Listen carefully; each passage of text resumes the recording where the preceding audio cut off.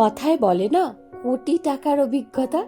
সত্যি আমাদেরও সেই কোটি টাকার অভিজ্ঞতাই হলো এইখানে এসে। 31 ডিসেম্বর, হ্যাঁ, দিনটি ছিল বছরের শেষ দিন। মানুষ যেখানে পার্কে, পার্টিতে, ডিনারে, মানে বিভিন্ন উল্লাসে ব্যস্ত, সেই দিনটাতে এই বেনারসের ঘাটে মানুষের এত ভিড়, তাও সেই দুপুর 3টে থেকে মানুষ অপেক্ষা করছে আরতি দেখার জন্য। সত্যি অভাবনীয় আজকের দিনে দাঁড়িয়ে। আমরাও সেই দুপুর 3টে থেকে বসে আছি, সেই সন্ধেবেলা এখন আরতি শুরু হবে সেই জন্য অপেক্ষা করছি। সত্যি আজকের এই ইন্ডিয়া এতটা চেঞ্জ হয়েছে, মানুষরা দেখে খুবই ভালো লাগলো।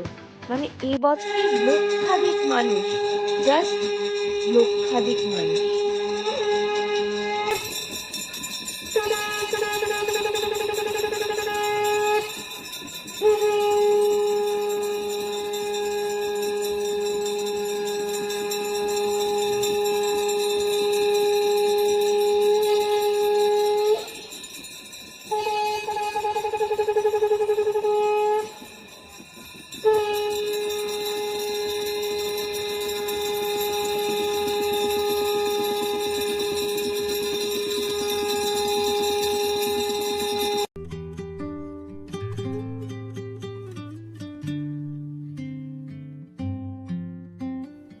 এবার বোঝা যাচ্ছে মানুষ কেন এত ধৈর্য ধরে অপেক্ষা করছে, কিসের আশায়, কি দেখার জন্য। এত সুন্দর স্বর্গীয় এক দৃশ্য, সত্যি হৃদয়কে ছুঁয়ে যায়। বারবার যতবার দেখি মনে হয় যেন এই তো আবার নতুন করে মানে মগ্ন হয়ে যায় পুরো এই লক্ষ মানুষ এই ভিড়ে। আর এই এত সুন্দর অ্যাম্বিয়েন্স, মানুষ হারিয়ে যায় কোথায়, যেন একটা হারিয়ে গেলাম আমরাও।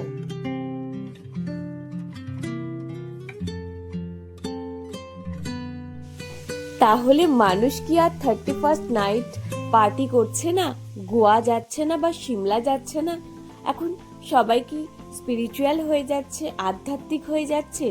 এমনকি এখানে নিউজ রিপোর্টাররাও এসেছিলেন, সেই একই প্রশ্ন আমাকেও করেছিলেন যে আমি কোথা থেকে এসেছি, আর কেন এখন মানুষ সমস্ত পার্টি ডিনার এই সমস্ত ছেড়ে কেন মানুষ এরকম গঙ্গা আরতি দেখতে আসছে, বিশ্বনাথ ধামে কেন এত ভিড়, মন্দিরে কেন এত ভিড়, যেখানে 31st নাইটে মানুষ পার্টি করতে ব্যস্ত থাকতো আগে, আজকের মানুষের এত পরিবর্তন। কিন্তু পরিবর্তনই তো জীবন, জীবনেরই তো আর এক নাম পরিবর্তন, তাই তো? আর পরিবর্তন তো ভালোর জন্য হচ্ছে, আমাদের দেশের ভালো হচ্ছে। মানুষ যত আধ্যাত্মিক হবে, যত স্পিরিচুয়াল হবে, তত তো আমাদের দেশের উন্নতি হবে, তাই তো? আরো হোক, আরো মানুষ স্পিরিচুয়াল হয়ে উঠুক, এটাই কামনা করছি।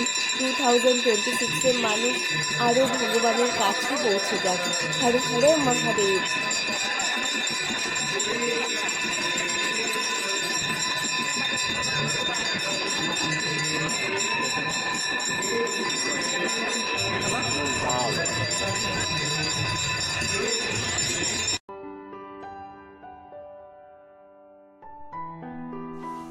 আমার ভিডিওটি ভালো লাগলে অতি অবশ্যই একটি লাইক আর কমেন্টে হর হর মহাদেব লিখলেই হবে। এইভাবে আরো ভিডিও পাওয়ার জন্য বা দেখার জন্য আমার চ্যানেলটিকে সাবস্ক্রাইব করে রাখুন। Thank you for watching.